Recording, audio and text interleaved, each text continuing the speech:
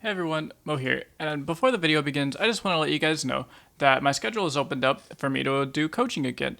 So if you're interested in private one-on-one coaching for me to help you, whether you're a newer player and you want to excel at the game very quickly and learn the fundamentals without developing any bad habits early, or if you're an experienced player who's already maybe platinum or diamond in your top 1%, but you need some help filling in the gap to get you to that 0.01%, to make you just some of the best, then hit me up on Discord and I can get you in some private one-on-one coaching lessons to help you polish up any skills you want to refine and help you learn all of the secrets to becoming a top player.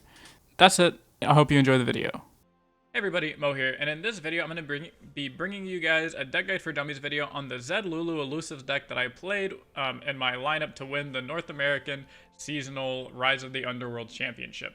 So, for those of you that don't know, I'm the current winner of the America Shard Seasonal Championship, and I brought triple aggro. I brought LuLu Zed, discard aggro, and pirate aggro, and I'm going to be giving you guys a deck guide and kind of a go over on the exact decks that I brought to Seasonals, what I might change to them, and kind of how they play out along with some gameplay, so that way you guys can learn how to play the decks just like I play the decks, and yeah, hopefully you guys can get some ladder points and get an early lead on the ranking system when rank resets on Wednesday. Speaking of rank resetting on Wednesday, I'll have a bunch of content coming out on the brand new cards coming out tomorrow. On Tuesday, I actually get early access stream, so go head over to my twitch.tv/emotional, so that way you can catch me playing a lot of the new cards early, a day early, playing viewer decks. If you want to see all that type of stuff in action, head over to my Twitch channel, let me know. And right before we get into the video, I want to remind you guys that we're super close to that 3,000 subscriber milestone. That'll mean so much to me if we can hit that milestone right after I win Seasonals. That'd be awesome. I'll try and celebrate with some type of like 12-hour stream, 24-hour stream. We'll figure out what type of sub goal over on my Twitch channel. So let me know what you guys want me to do to celebrate that. And also please subscribe because it helps me out so much with the YouTube algorithm and you can always unsubscribe later. So that's going to be it for the intro. Let's get into the deck guide. Alright, so for the first part of the deck guides, for those of you that are new to the channel, how I do my deck guides is I break them up into three main portions. So the first portion is talking about each card, why it's in the deck, and what purpose it serves in the deck. Then I'm going to go over your general curves with the deck, and then I'm going to go over a mulligan guide at the end of the deck. So the first part here is going to be going over each card in the deck and why it's in the deck. So we're just going to start at the top and go all the way to the bottom. So Fleet Feather Tracker. This is just a really nice one drop. If you see here, we don't play too many one drops, so it's a nice one drop, as well as because it has Challenger, it pairs super well with like Young Witch on turn 2. I think Fleet Feather on 1 and then Young Witch or Bright Steel Protector on turn 2 is one of the strongest turn 2 plays you can have in the game right now. That's why you see a lot of Young Witch being played in Shin Jarvan, is because you want that Fleet Feather into Young Witch, and they have the same Fleet Feather into the Bright Steel Protector with Barrier. So they have the exact same curves, and it's and it's really good, so that's why it's in there, as well as it allows your bigger units like maybe your Zed or your LuLu to attack through, because you can pull something to the side, let your LuLu or let your Zed attack through, as well as if you buff it with LuLu on 3, let's say you're attacking on odds, right? You play Tracker on 1, attack. Turn 2, you play anything. Turn 3, you play LuLu. Well, now you have a 4/4 Challenger unit. And on turn 3, literally nothing can trade well into a 4/4 Challenger unit without them having to go down in card advantage, either using some type of spell, which in that case you killed a unit and got a spell out of their hand for your unit and for your one drop nevertheless, and it feels really good. 2 Ghost. Ghost is really good because it can make your leveled up Zed. For those of you that don't know, the leveled up version of Zed makes the Living Shadow share keywords, so you get to attack with 2, 4, 3 with Elusives, and that's really good. As well as in the mid-range meta that we're in right now, sometimes you just want to give your LuLu Ghost, so that way it doesn't get blocked, because you want to swing with LuLu, but at the same time they're just going to block it with some type of 3-power unit. You're going to be very sad. So Ghost is in here mainly for your champions, just because everything else already has Elusive or isn't that great with Elusive. So it's mainly to give your leveled up Zed some crazy plays like that, or to give your Ghost LuLu. If you can Ghost LuLu, LuLu supports something, that right there is 7 damage, guaranteed. If you have Rally with that, which we'll get to in the future, that is 7 elusive damage. You Rally, that's 14 elusive damage with just those 2 cards. Like, those 2 cards alone is 14 elusive damage in 1 turn for 4 mana. And that's absolutely insane. So that's why we play Ghost. Only 2, not really 3, because 3 seems a little bit too much when it's only good on champions. Inspiring Mentor. You see here, I only have 1 Inspiring Mentor. That's because I cut the second Inspiring Mentor for a Ranger's Resolve. If I could go back, I would actually cut this Fey Guide. Fey Guide is in the deck, and I'm showing you guys the exact deck list that I brought to Seasonal, but I think Fey Guide is a really bad card. It's only good on exactly LuLu on turn 4, or it's only good on exactly, like, leveled up Zed, and that's really bad to have something that narrow in your deck when it's bad in, like, 90% of situations and only good to okay in your situations. I'd much rather just have a second Inspiring Mentor. It's good into other aggro decks having a cheap blocker, as well as if you can Inspiring Mentor any elusive, make your elusives broken. If you can Inspiring Mentor your Zed, make your Zed a little bit better, stuff like that. It makes it so much better. But yeah, only one Inspiring Mentor. I would play 2 and cut the Fate Guide. So 3 Navori Blade Scout's very standard, just 2-1 elusive for damage. It's really nice to play a Blade Scout, maybe buff it up with a LuLu, something like that. Now you played a 1 mana 4 damage elusive unit. Pretty easy. 1 Ranger's Resolve. So the reason I put 1 Ranger's Resolve into this deck, I didn't play Ranger's Resolve in top 32, or I'm sorry, in the Swiss portion of the 9 rounds, but I played 1 Ranger's Resolve in top 32 because I expected more as Draven, and I expected more Shadow Isles with like Withering Wail. And Ranger's Resolve completely blows out it completely blows out Static Shock, Time Winder from Ezreal Draven, and then it completely blows out Withering Wail from all the Shadow Isle decks, which is really good because otherwise you're getting blown out. If your opponent gets a good Static Shock off and kills like 2 Green Glade duos or a Green Glade duo and a Navori Blade Scout, you basically lose the game on the spot. If your opponent Withering Wails you and kills 2 to 3 units with the Withering Wail, you probably lose on the spot. So being able to Ranger's Resolve and stop both of those combos is absolutely humongous and can completely swap the game around. On top of the fact that you're trading a 1 mana Ranger's Resolve for their like 5 mana Whale or their 4 mana Static Shock, and it's really good for you. Brightsteel Protector to give your things barrier. It's really good against Thermogen is a really big card in the meta right now. It's really nice there. As on top of the curve of going like turn 1 Fleet Feather Tracker into turn 2 Brightsteel Protector is really good to get a free trade early on. As well as it could just barrier up like your Zed, your LuLu first. If they try and give it vulnerable, vulnerable is really big in the meta right now. So if you play Zed on 3, they immediately give it vulnerable and you attack. If they try to develop anything on turn 4, like if they try and play Sivir turn 4, if they try and play Action turn 4, anything like that, you can just immediately go, okay, Protector whatever vulnerable unit I have, now you can't kill my unit. And it's extremely strong for that reason. Green Glade Duo, just because it's an elusive unit that gets big, this is like your biggest elusive combo piece. You can play like Duo on 2, and then turn 3 you can nut out some type of like Tracker, Blade Scout, Blade Stick out, and then now all of a sudden you have a 2 mana, 4 power, 5 power elusive unit that's absolutely nuts. So Duo is good for that reason, as well as if you can start buffing up Duo with things like LuLu, or if you protect with Sharpsight Twin, this Green Glade Duo can usually just single-handedly carry you a lot of games. And it can surprise your opponent with an insane amount of damage for absolutely no reason. Sharpsight Twin Disciplines, they're both in here because they're just really good save spells. For those of you who don't know what save spells is, they're spells that save your units. These are some of the best protection spells or save spells that we have in the game, and because you're in Ionia and Demacia, you get to play both, so it's really good. Young Witch is an absolute bomb of a 2-drop. 1, it's elusive, so it's good. It's basically an elusive 2/2. It supports a unit, so this is really good with your LuLu. The hardest part about LuLu, which we'll get to here in a minute, is that when you're attacking with LuLu, it can be really awkward because most of the time you're attacking and then LuLu kind of just dies, and that kind of sucks. So what Young Witch does is allows you to give LuLu quick attack, so that way you can attack with the LuLu and not have to worry about it. On top of your opponent can't even trade with LuLu, it just kind of dies, which is really nice. As well as Young Witch can buff Zed and make 2 like 4 power Zeds, right? Because it makes the Shadow have that extra attack. You can do Young Witch, like I said, on Fleet Feather Tracker, so that 1/2 curve is insanely strong. You can just do Tracker on something like Duo or Blade Scout, and then boom, you have a good strong unit that way. If you have a non-scout unit, like if you play Blade Scout on 1, Young Witch on 2, it's a great way that even though your unit doesn't have elusive, your opponent still can't block it well because it's going to have quick attack. And quick attack is a very powerful keyword, as we've learned in the last 2 months. It's extremely hard to trade with the quick attack keyword. So giving anything quick attack that can be blocked is really strong, as well as having the option to just buff anything that can't be blocked is also really strong. LuLu is in here as just a powerhouse turn 3. You get to support any of these tiny elusives and make it big. So like we said, you play Blade Scout on 1, you hit him for 2, that's pretty nice. Then you play a LuLu and all of a sudden you now have a 4/4 in play for no reason. Same with Tracker. You play Tracker on 1, you play LuLu, boom, you have a 4/4 challenger unit for no reason. You can LuLu support your Young Witch, which is supporting your 1-drop. Like if you go Tracker, Young Witch, LuLu, that's insane. You're swinging with LuLu, which is a 3/3.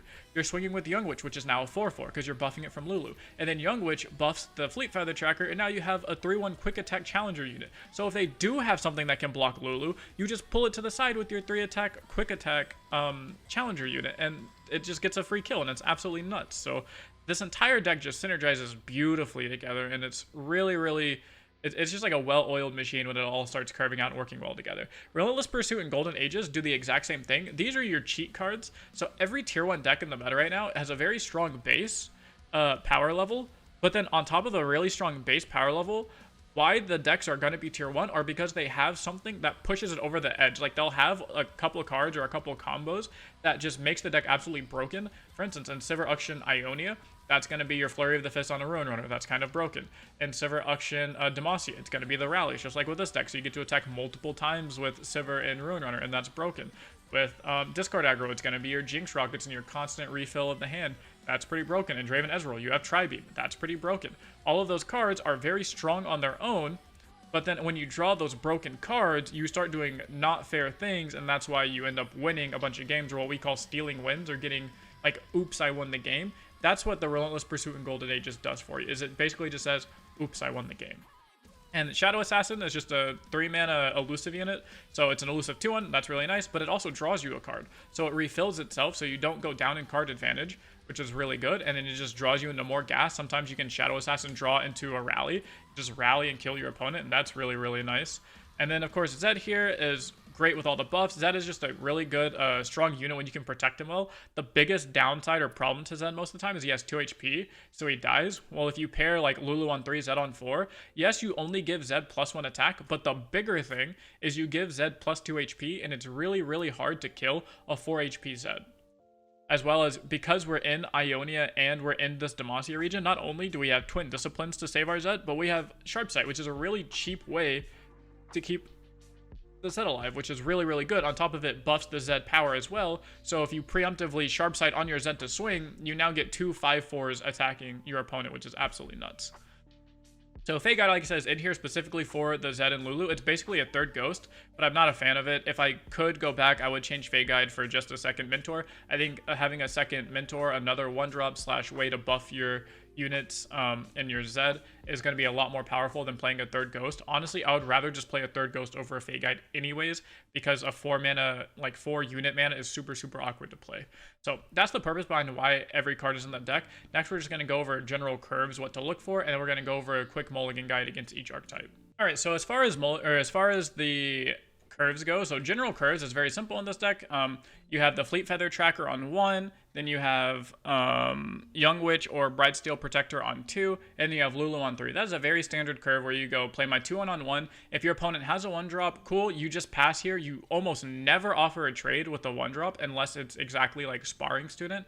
If it's not Sparring Student, you don't trade, and even if it is Sparring Student, sometimes I still don't trade, just because I know that my Fleet Feather Tracker will get more value than his Sparring Student sometimes, or sometimes I know I can kill the Sparring Student for free and then still keep my Fleet Feather Tracker. But that's a really good trade to go like Fleet Feather Tracker on 1, you pass, you don't trade. Turn 2, you can play your Young Witch, and then now if you're attacking on turn 2, that's great. You get to push in 5 or 4 damage, which is really good, or you get to kill something for free. Or if you're still attacking on odds, you go to the next turn and you play Lulu, and then like I said when I went over what Lulu does, this curve is really nuts because you get to attack with Lulu. You buff Young Witch, that's 7 damage, and then Young Witch buffs Tracker, which pulls the thing that's most likely to block the Lulu, which is absolutely nuts. Now you're pushing 7 damage, and your Fleet Feather tracking is killing something for free. That's a really good curve. Another good curve you could have is something like Inspiring Mentor, buff up any type of elusive unit. Green Glade Duo on turn 2. When it's your turn 3, you just play like 3 1-drops or a 2-drop and a 1-drop. If you play, let's say, Young Witch into, or Fleet Feather Tracker into Young Witch, or Navori Blade Scout into another duo, or duo into Blade Scout, something like that, then now you just have these really big elusive units, as well as you have some type of utility there where you have the Fleet Feather Tracker and the Young Witch, or Fleet Feather and the Brightsteel Protector. So Green Glade Duo is very much a combo piece card where you want to try and get as many triggers on the Green Glade Duo as possible, and it's not bad to pass sometimes, because like I said, you want to go like pass on turn 1, play Duo on turn 2, and then you can play cards on turn 3 and start popping off. And now you have that 1 to 2 spell mana you need for the Twin Disciplines, for the Sharp Sight, for the Ranger's Resolve. And that could be really, really helpful in making sure you push in a bunch of damage with this Green Glade Duo. The last curve I'll talk about is something with Rally. So you can go like 1-drop, 2-drop, 3-drop. That is your typical curve where you just want to go like Tracker, Young Witch, Lulu. And then, so you have that really nice on turn 3. And then turn 4, you can straight up just Rally and then play a 1-drop. And that's really strong. You typically want to save Rally for turns that you know you're going to get a bunch of damage off of it. So you're going to get a bunch of value off of the Rally. and then it can probably lead you into a win. So it's whenever your opponent taps out and spends all their mana. So sometimes it's after you attack, sometimes it's on their turn. Most of the time it's just whenever your opponent isn't expecting you to rally or can't really afford to play around rally is when you want to rally, because then you just get to push through all of this extra damage that your opponent's not expecting. Even if it's only like 5, 6, 7 damage, like that doesn't sound like a lot. But that, I mean, 7 damage is almost half of their life total. So that is an insane amount of damage. 5 damage is 25% of their life total. So that's pretty nuts to me. So I'll take an extra quarter of your life total every single time I can. So those are the general cards and how to use rally. That's the number one question, is when do I use rally? When do I rally? I'm going to show you guys some gameplay after telling you about the Mulligan from the seasonal event on where I used rally a bunch of times to be kind of proactive and just shut my opponent down and win the game off of it. So those are the general curves of the deck. That's how you use Relentless Pursuit. So the final thing we're going to go over here is how to actually Mulligan against each of the 3 major archetypes. Hey everybody, so for the last part of the video here, we're just going to go over general Mulligan guides for each of the 3 major archetypes: control, aggro, and mid-range. So for the most part, your curve and your Mulligan is going to be the very same. You're just going to want a 1-drop unit, a cheap drop unit, and then like a 3-drop unit, something like a LuLu or Zed and a champion. So for the most part, that doesn't ever change. You still just want 1-drop, 2-drop, 3-drop. More or less what you're mulliganing for in each matchup is going to be like 1 or 2 specific cards, like very key cards. So that's what this Mulligan guide is going to be about, because for the most part, all you really need is a 1-drop, maybe like a Young Witch into a champion. And that's really, really, really all you need. So against aggro, what you're really going to want to see is Inspiring Mentor or more of these cheap units. Something like you want Fleet Feather Tracker specifically into Young Witch. So that way you can kind of combat the board. Because against aggro, all you're trying to do is run them out of cards. So you want to try and win the board as much as you can, which is usually going to be done by something like Tracker on 1, and then either Protector or Young Witch on 2 to try and start taking over the board from there. And as many 1-drops as you have makes it easier for you to trade into their 1-drops as well, because they're going to open with like triple 1-drop crazy swarm openers. You're going to want to be able to do the same thing. So that's why going like Tracker on 1, best would be if they attack on 1. So you both play 1-drops, you let them hit you, and then you get to play either Young Witch or the Brightsteel Protector on 2. You get to play it on your tracker. Your tracker now kills something for free, and then you still have 2 blockers if they do open with that super crazy triple 1-drop opener. So that's what you want to do against aggro, is just look for cheap units, mostly 1-drops here, and you're really going to want tracker with the support card to try and combat the board control and win board control as fast as possible. And the way you win against aggro is by controlling the board early and then winning with elusive units, because you can always block their aggro crazy units, but the good thing about being elusive is they can't always block your crazy aggro openers. So you always want to use that to your advantage and try and win that way. Against mid-range, all you're really going to need, mid-range is the easiest, is typically you just want a general curve. You are again really going to want a Fleet Feather Tracker, and then something like a Duo or a Young Witch, and you're going to try and get their mid-rangey. And then Zed is usually the best way you win the mid-range matchups, is you kind of just slam Zed on 3 with either Twin Disciplines or Sharp Sight mana for backup. Then you just get to start swinging in with the Zed over and over and over again. And it's really, really hard for decks to keep up and constantly block and protect themselves from the Zed. And then once Zed gets leveled, you get to start having a bunch of crazy stuff like, again, an elusive Zed, and then the Zed gets to start getting in for guaranteed like elusive damage plus a rally. If you ever go elusive Zed plus rally, that right there is 16 damage by himself. So they can't really afford to let Zed level ever. So that's typically how you beat the mid-range matchups. Against control, you really, really, really need Zed also, especially if it's like Freljord control. You're really going to need Zed, because if you play Zed on 3 and they try to avalanche you, all you have to do is Sharp Sight or Twin Disciplines. Now they can't actually kill Zed, and you get to kill them for free with your Zed. You get a leveled Zed, and the game is over. Like, just from that spot, the game is over. Other than that, against control, you're really going to want this Ranger's Resolve. It's good against Withering Wail, Static Shock, decent against Avalanche, depending on like what your board state is. If you have like Young Witch, Zed LuLu, or something like that, then Ranger's Resolve is great because it stops Avalanche from killing you, or killing all your units, which is absolutely insane. It stops Withering Well really well. It stops like Vile Feast sometimes. Even against Ezreal Draven, if they just try to go like Mystic Shot, Static Shock you, it could stop that. It really punishes players for trying to put multiple spells on the stack at the same time and not respecting the Ranger's Resolve. So that's why Range Resolve is really good into control. So that's your general Mulligan guide. The reason I didn't go extremely in-depth is because for the most part, this deck is very linear in the fact that it just wants to play the exact same units every single game no matter what, and then you just have like one or two very key cards and very key playstyles in order to beat those or gain an advantage in each specific matchup, which is what I told you about. So now we're just going to end this off. I'm going to show you guys a couple of games from Seasonals.